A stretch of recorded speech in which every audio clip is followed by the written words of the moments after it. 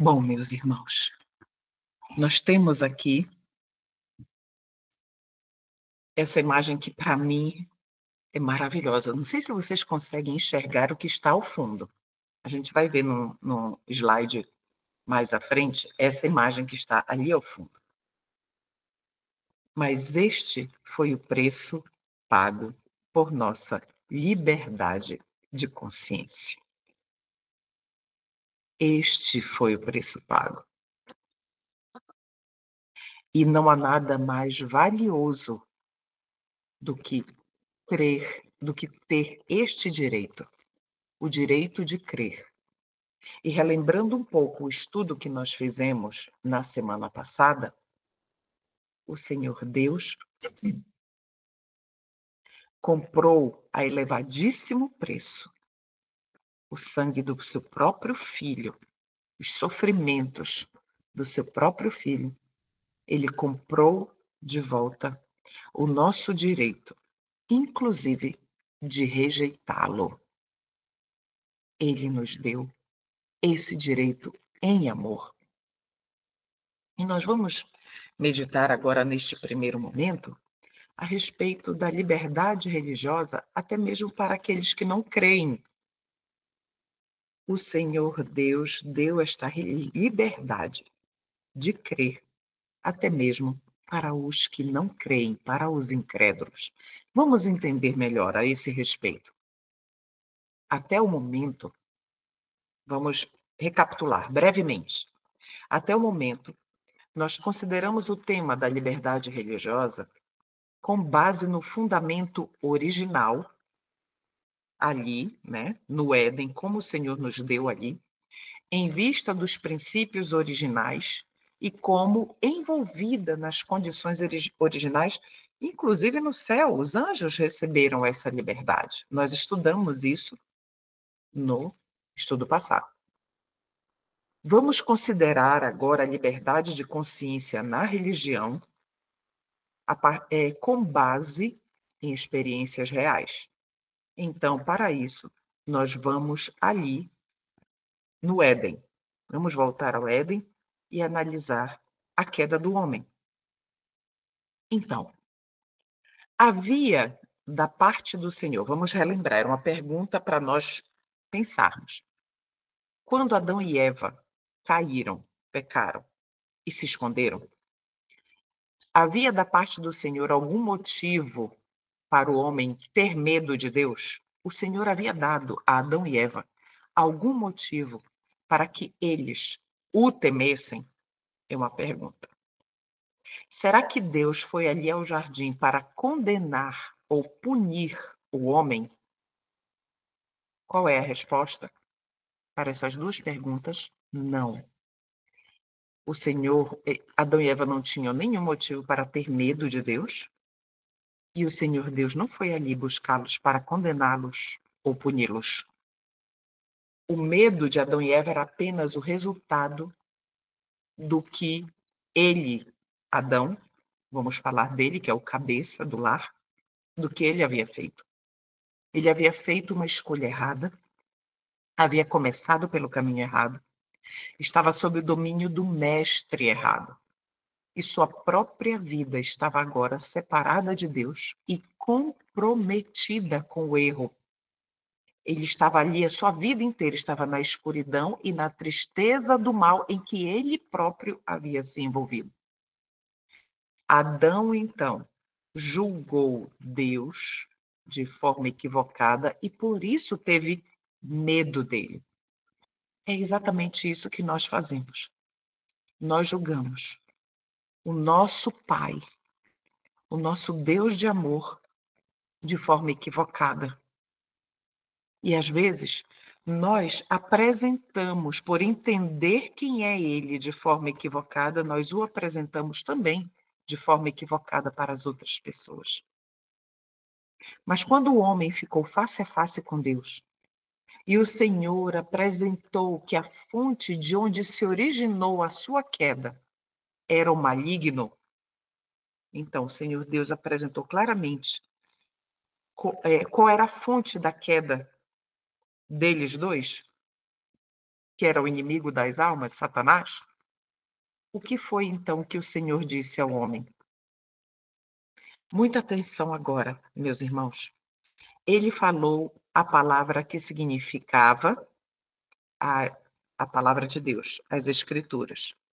Ele falou aquilo que significava e sempre significará apenas salvação para toda a vida do homem. O que foi que o Senhor Deus proveu naquele momento para Adão e Eva e para toda a humanidade que viesse subsequentemente? O Senhor disse em Gênesis 3,15: porei inimizade entre ti e a mulher, entre a tua semente e a sua semente, entre a semente de Adão e a semente do maligno. Ela, a semente da mulher, te ferirá a cabeça e tu lhe ferirás o calcanhar. Então, o Senhor colocou inimizade entre a semente que viria de Adão, que nós sabemos que essa semente é o Senhor Jesus Cristo, e junto com ele todos aqueles que nele creem e o aceitam pela fé, o amam pela fé, e a semente do maligno. Ou seja, nós precisamos entender o que foi que aconteceu aqui. A partir do momento em que Adão e Eva, vamos falar apenas de Adão, porque se somente Eva tivesse pecado, a humanidade não estaria como está. Mas vamos falar de Adão. A partir do momento em que Adão pecou,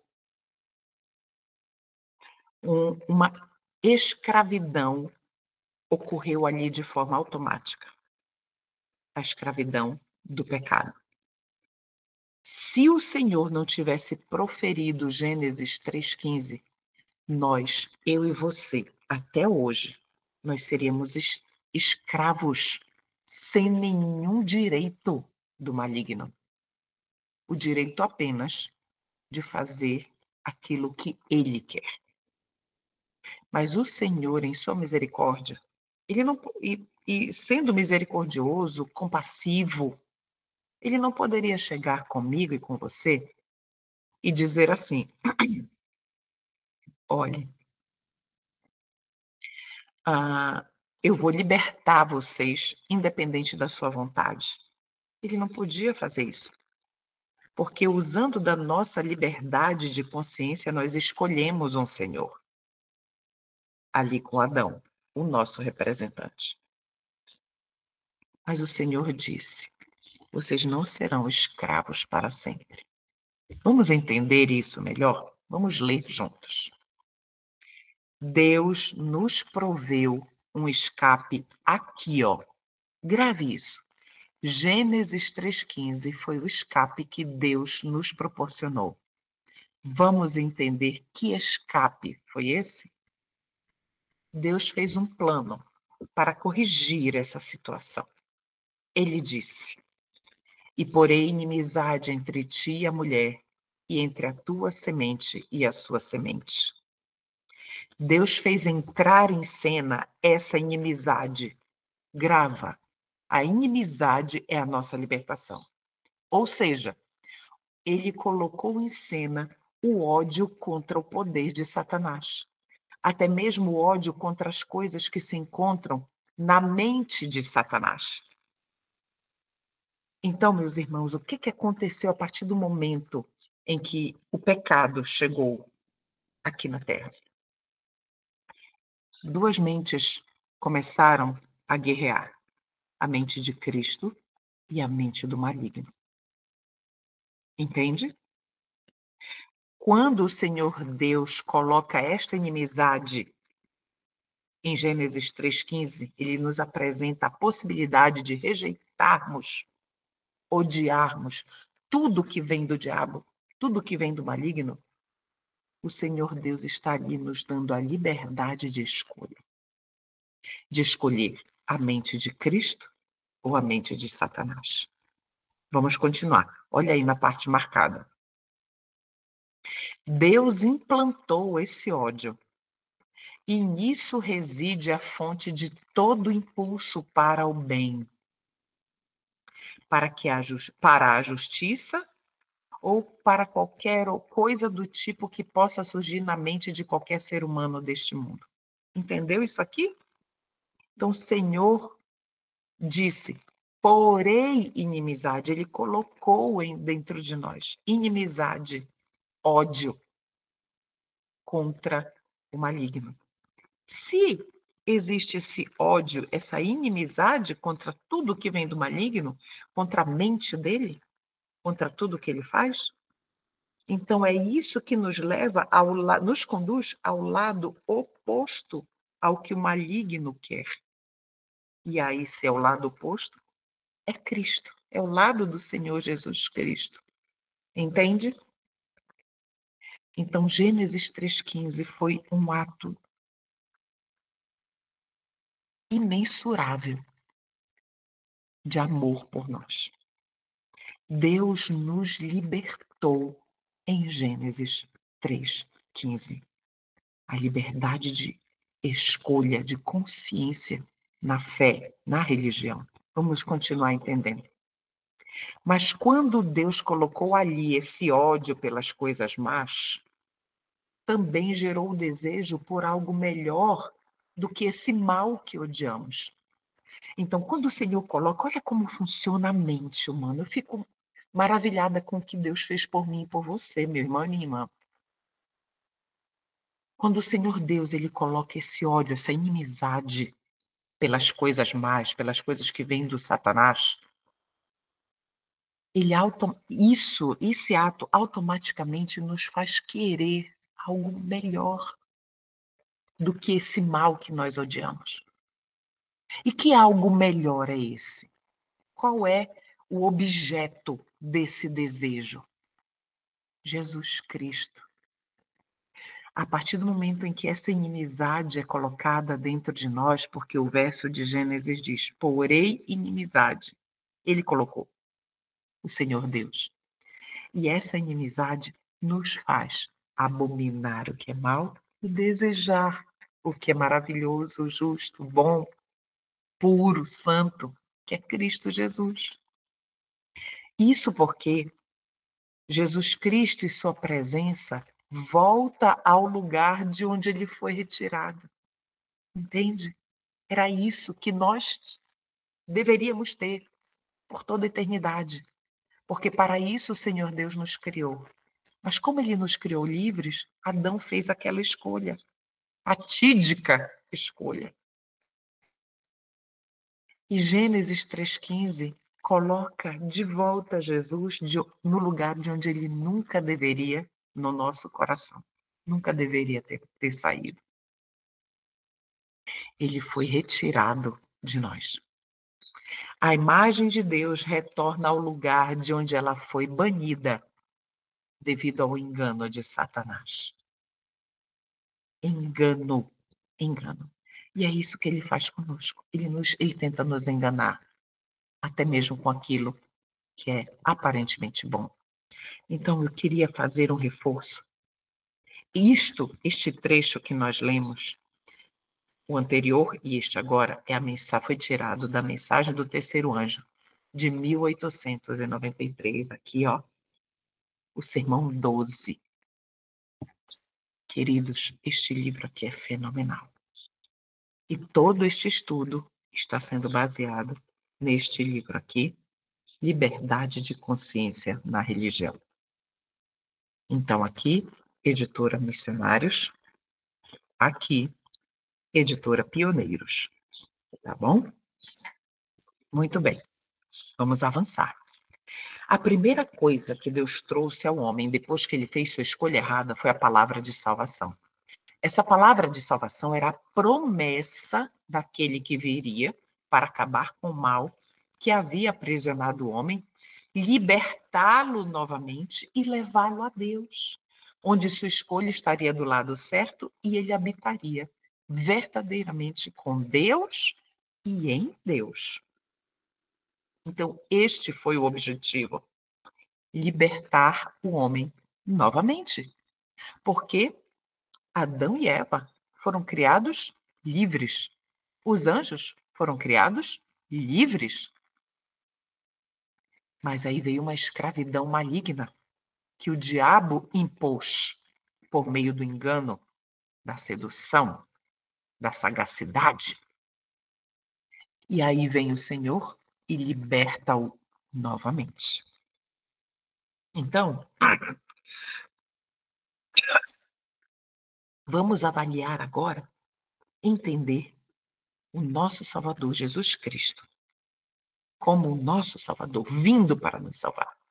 Quando Jesus veio, ele veio como Deus conosco, Emanuel, ou seja, trazendo Deus ao homem, para que o homem se familiarizasse com Deus como o Salvador, o que somente ele é.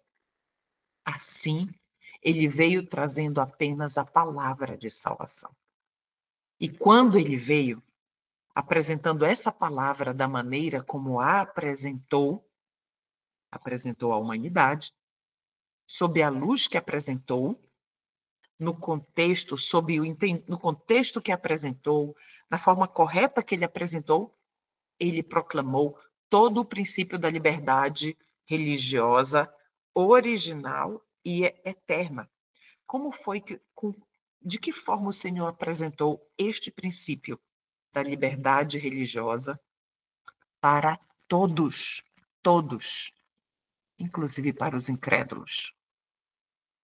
Se alguém ouvir as minhas palavras e não crer, atenção, aqui está escrito, e não crer, olha o que Jesus diz, eu, sendo Deus, não o julgo. Você já havia lido este verso? Já havia atentado para este detalhe? Se a Cleuma nunca estudou a palavra de Deus, vem alguém e apresenta a palavra de Deus para ela, e a Cleuma não crê naquilo que está sendo apresentado, sendo a palavra de Deus, a Cleuma não crê, o que acontece então? Jesus diz, eu não julgo a Cleuma. Mas vamos compreender, então, precisa haver um juízo, um julgamento, correto? Vamos entender melhor mais avante. E embora isso seja exatamente como está citado aqui, ainda assim há pessoas que se declaram cristãs que não conseguem acreditar que isso está escrito, até que abram suas próprias Bíblias e leiam, e descubram que é exatamente isso que está escrito. E mesmo assim, dificilmente acreditam que isso esteja correto, mesmo sendo o próprio Deus falando. Elas dizem, não foi assim que eu pensei que fosse. Pensei que fosse da seguinte forma. Olha como as pessoas interpretam esse verso. Se alguém ouvir a minha palavra e crer, eu não o julgo. E se ele não crer, então pensei que seria julgado e punido por isso. Mas como é que isso se dá de forma concreta na Igreja de Deus? Vamos entender. Mas esse não é o caminho cristão. Esse não é o caminho de Cristo. Que caminho é esse? Punir. Entende? Perseguir, punir, castigar. Esse não é o caminho de Deus e isso não é liberdade religiosa. A verdadeira liberdade religiosa, a que é cristã, segundo a própria palavra de Cristo, é isso aqui, ó. Se alguém ouvir as minhas palavras e não crer, eu não o julgo. João 12:47. Então, vamos entender. Quando Cristo envia a mim ou a você como seu embaixador para apresentar sua palavra às pessoas, e nós apresentamos a palavra de Deus a elas, e elas decidem não acreditar, essa é a liberdade delas. E o fato de elas decidirem exercer sua liberdade dessa forma não é da nossa conta. Não nos cabe nenhum tipo de julgamento. Elas não dependem ou derivam sua existência de nós. Não são responsáveis perante nós, elas são responsáveis somente perante Deus. Portanto, eu e você não devemos julgá-las, se elas não creem, se elas não aceitam. Sejam pessoas que nós damos estudos bíblicos ou até membros da nossa própria família, que convivem diariamente conosco. Não devemos condená-las, nem desprezá-las de forma alguma, mas apenas amá-las livremente, como sempre deve ser, e procurar por todos os meios cristãos possíveis levá-las a ver que aquilo que pregamos é a palavra de Cristo e de Deus e conquistá-las para que creiam nele. Vocês estão reconhecendo isso que nós acabamos de analisar? Isso é o que Deus, no primeiro estudo, é exatamente, lembra da parábola do filho pródigo que nós estudamos? No estudo 1? É isso aqui, esse passo a passo que nós estamos vendo, que nós devemos fazer, é o passo a passo que Deus faz comigo e com você, com todas as pessoas, para que as pessoas escolham, possam escolher colocar a sua vontade do lado correto, que é o lado de Deus. A palavra-chave aqui, queridos, é conquistá-las. Sabe como a gente conquista uma pessoa para a verdade? Com longanimidade, com misericórdia, com graça. Exatamente o que nós estudamos na semana retrasada, no estudo passado. Essas são características do caráter de Deus. Então o Senhor não força, Ele atrai com amor. É por isso que Cristo vivendo em nós é tão importante. É por isso que quando o Senhor Deus diz ali que a esposa ganha o marido incrédulo com o testemunho diário dela, representando Cristo ali para ela. E este princípio é o mesmo para todos os relacionamentos entre as pessoas, quer sejam da mesma família ou não. Conquistar essas pessoas para que creiam nele. Então, nada de forma forçada. Além disso, Deus colocou sua palavra nesse mundo para ser crida. Ele anseia e espera com toda a paciência que as pessoas acreditem na sua palavra. Perdão.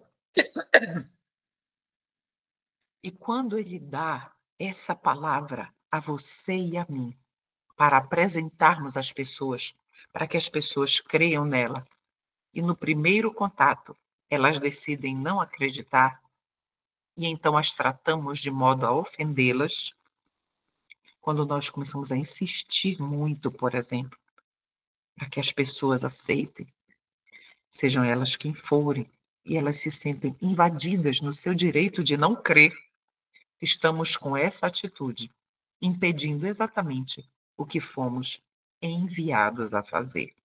Não é sério, queridos? Então, o Senhor Deus nos enviou para ajudar as pessoas a crerem na palavra de Deus, não para forçá-las. Quando um homem escolhe não acreditar na palavra e eu tomo uma atitude em relação a ele que o ofende, eu estou fazendo com que ele não se sinta inclinado a crer na palavra.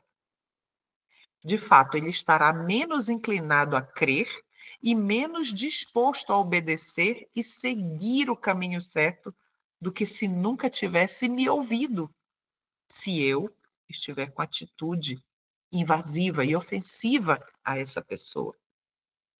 Com essa atitude, eu anulo o próprio objetivo para o qual eu, Cleuma, fui enviada ao mundo.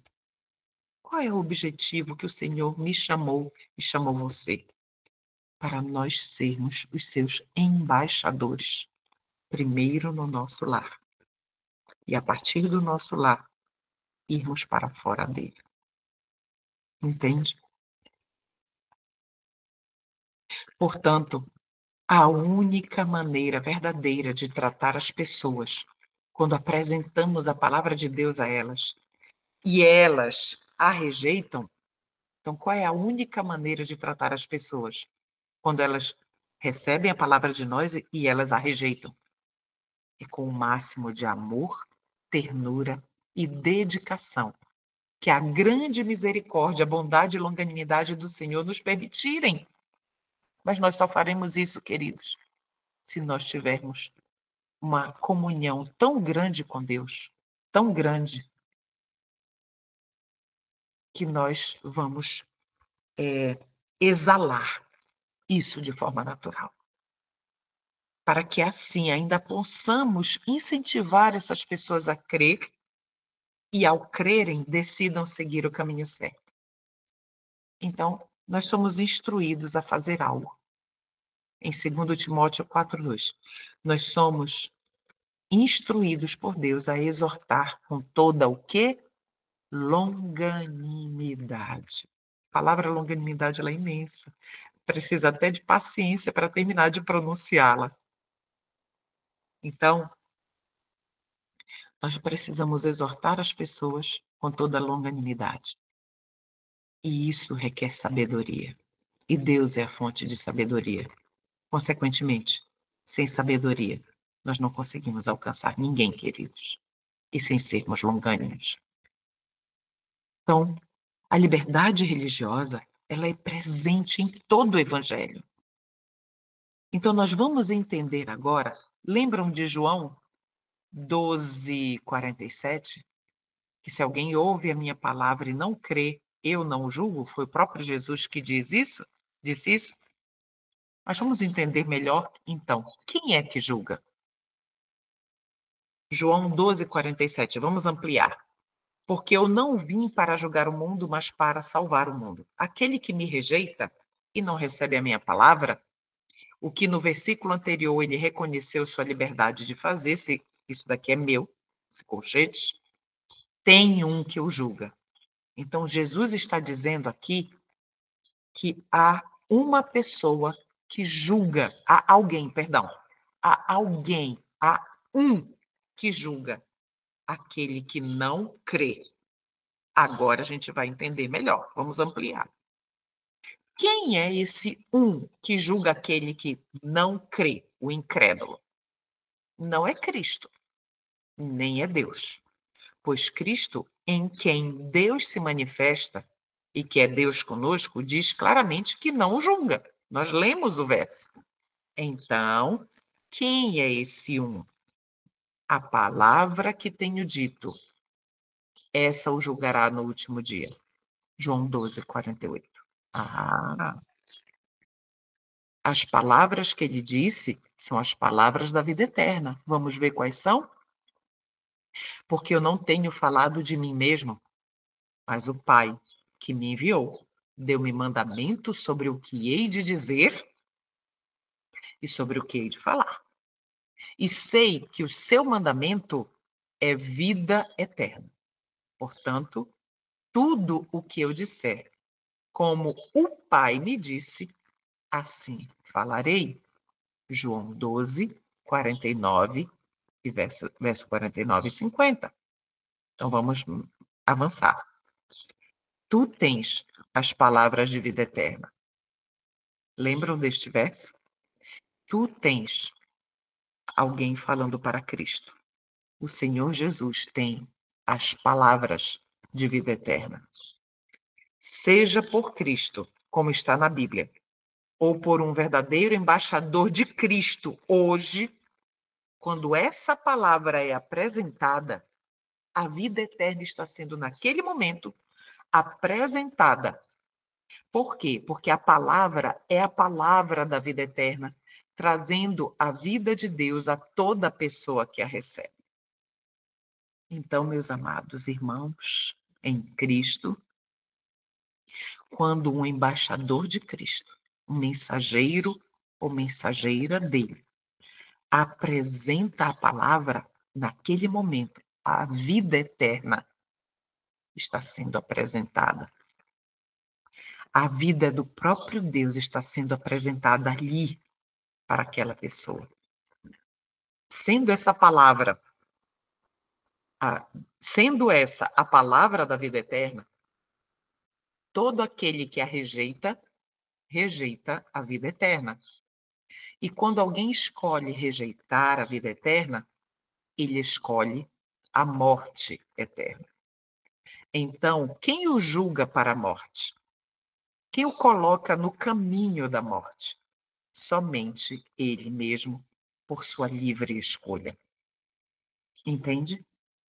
somente o próprio Cristo, por sua livre escolha. Então, quem coloca o caminho da morte? Perdão, refazendo, não é o próprio Cristo, é a própria pessoa se coloca por sua própria escolha no caminho de morte. Então, o Senhor Jesus Cristo, ele é colocado de lado. Ele não tem culpa, ele não tem influência ali quando alguém rejeita escolher a verdade.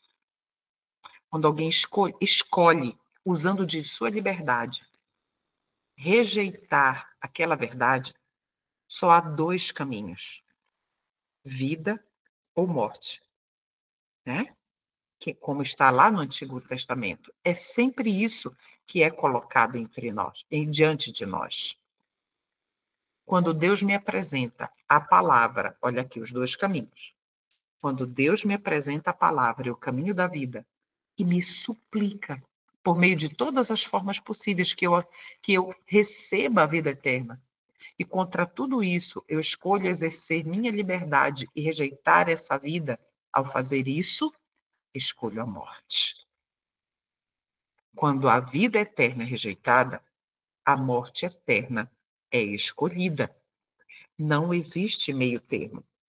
Quando eu rejeito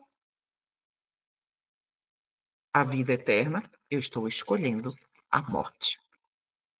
E aquele que faz essa escolha, ele mesmo, usando de sua liberdade dada por Deus, se coloca no caminho da morte. Ele julga a si mesmo digno apenas de morte. Entende? Como, ao nos dar a liberdade de consciência, nós somos livres para escolher até mesmo a morte eterna.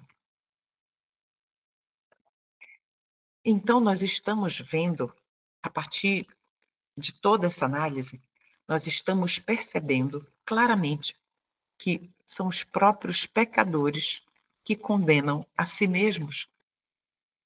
Essa condenação vem dos próprios pecadores. E é isso que diz a Escritura.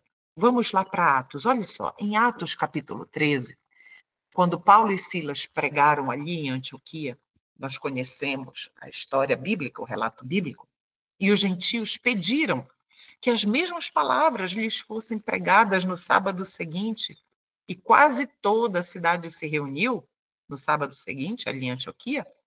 Para quê? Como dizem Atos 13:44, para ouvir a palavra de Deus.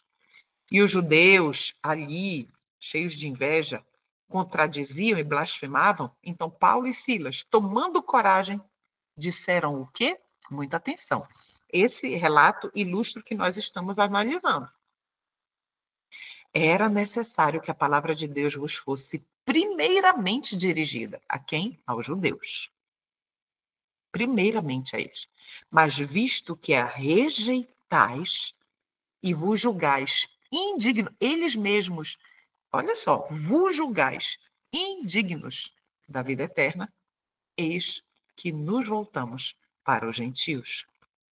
A rejeição, quando alguém rejeita a verdade que lhe está sendo apresentada, a pessoa está se julgando a si mesma como indigna da vida eterna. Quem julgou essas pessoas indignas da vida eterna? Somente elas mesmas. Como isso aconteceu?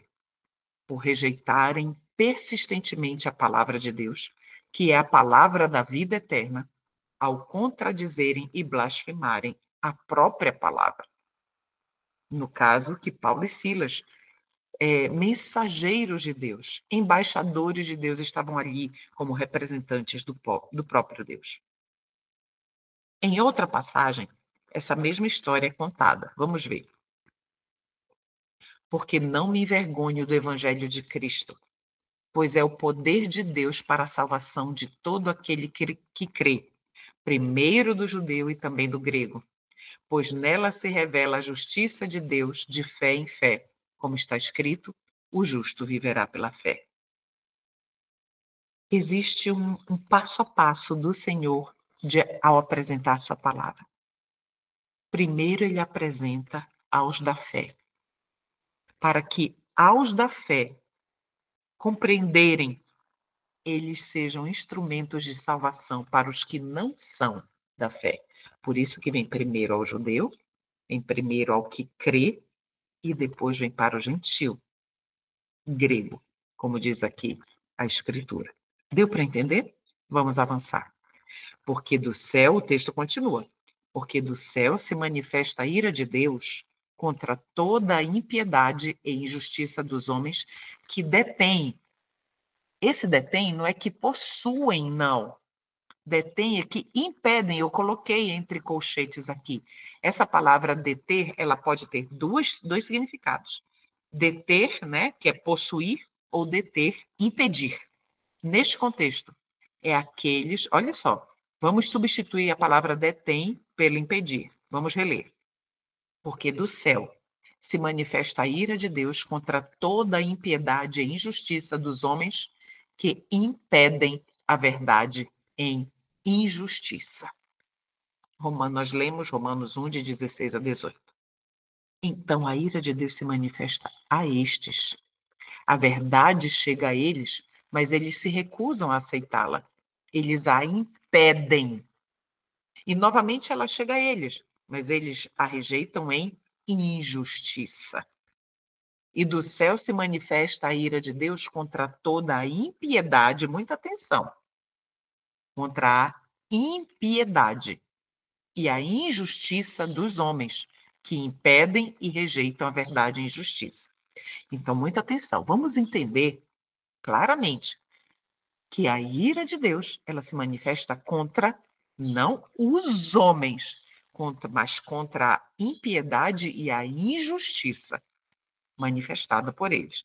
Vamos entender mais. A ira de Deus contra o pecado é contra o pecado, não contra os pecadores.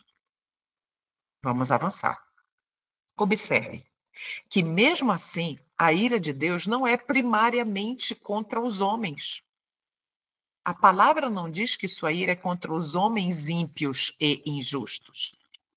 Não. Mas contra toda impiedade e injustiça do homem. O amor eterno de Deus é manifestado a todo homem injusto. Nós não podemos esquecer isso. O amor de Deus, o seu amor eterno, ele é manifestado a todo homem injusto. E todo homem injusto que aceitar a palavra e o dom do amor de Deus será salvo de toda a injustiça e de toda a impiedade. Agora, muita atenção. A ira de Deus é contra a impiedade e a injustiça do homem.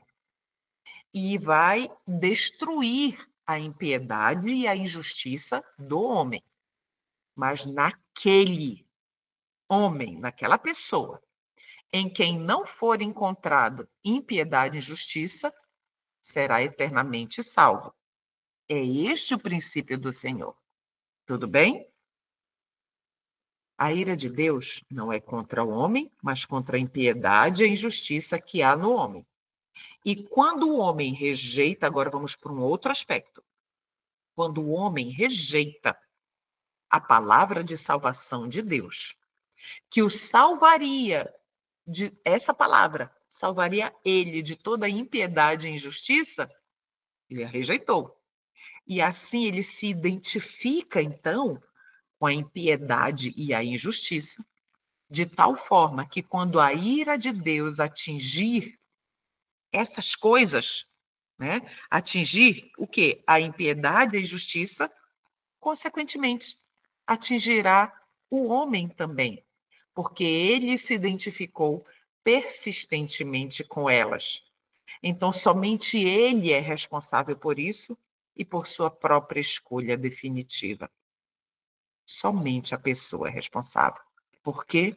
Porque ele usou da sua liberdade de consciência para escolher rejeitar a palavra da salvação que o salvaria, que levaria a ele vida eterna e que o libertaria da impiedade e da injustiça.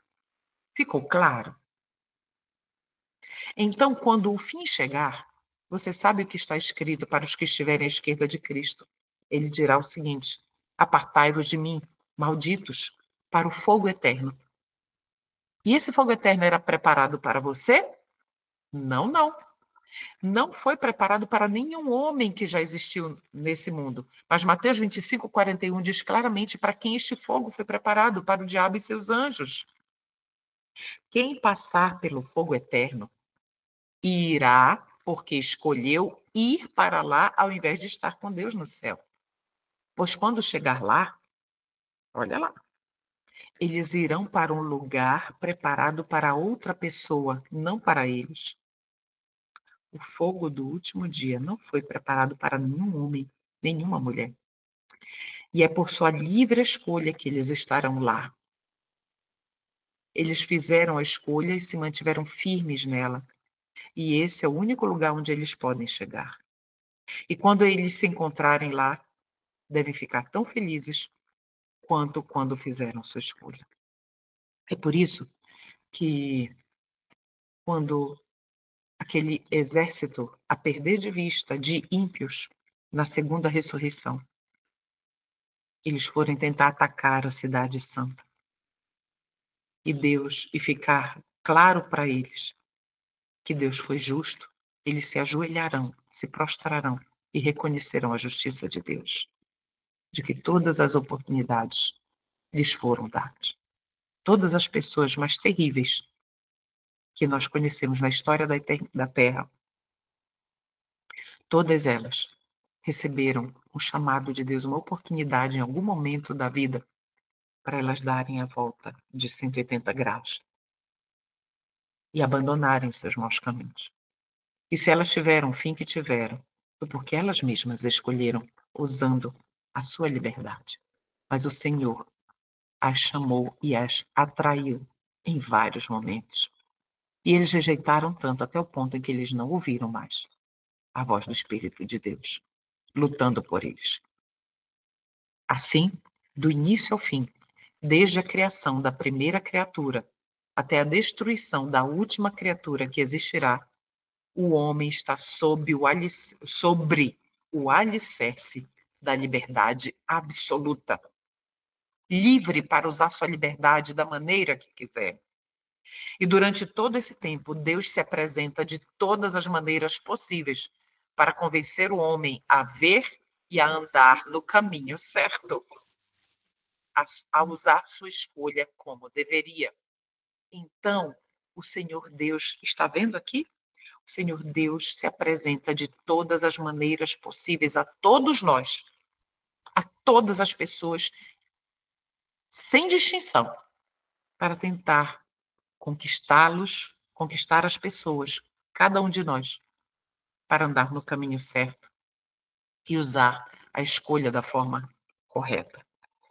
Quando, contra tudo isso, o homem usa a sua escolha da maneira errada, ele finalmente obtém simplesmente o que ele escolheu. E ele mesmo é o único responsável por isso. E isso é liberdade religiosa. Então, descobrimos que quando Jesus veio como representante de Deus, apresentando Deus novamente ao mundo, ele apresentou a liberdade de consciência na religião sobre o mesmo fundamento estabelecido no início de tudo. Quando Cristo veio a esta terra, ele veio para declarar cada alma livre. Quando Jesus andou aqui nesta terra, e as pessoas viam a coerência do seu viver e do seu falar, entre o seu viver e o seu falar, isso atraía as pessoas a Ele e a Deus e à salvação. É a mesma coisa hoje. A nossa vida precisa testificar daquele que nós servimos, adoramos e amamos. E isso vai conquistar as pessoas. Então, meus irmãos, nós precisamos nos submeter ao assim diz o Senhor. Precisamos nos submeter à sua palavra, ao que a sua palavra nos atrai, ao que a sua palavra nos remete, porque a sua palavra é a manifestação dele mesmo, a sua palavra é salvação. Então, que Jesus Cristo abençoe a cada um de vocês, que Jesus Cristo nos ajude a permanecermos firmes ao seu lado. Vamos orar? Nosso Pai eterno, bondoso Deus Criador, é em nome de Cristo Jesus, o nosso Redentor, nosso amigo, Deus conosco, que te agradecemos infinitamente por não desistir de nós. Obrigada, Senhor, por nos fazer entender claramente que a tua verdade, ela nos salva, nos purifica, nos redime e nos prepara para estar eternamente com o Senhor. Ajuda-nos neste dia a usarmos a nossa liberdade de escolha da forma correta. E para isso, nós permitimos que o Senhor nos direcione, que o Senhor nos guie. Nos salve de nós mesmos, Senhor. Suplicamos-te em nome de Jesus. Amém.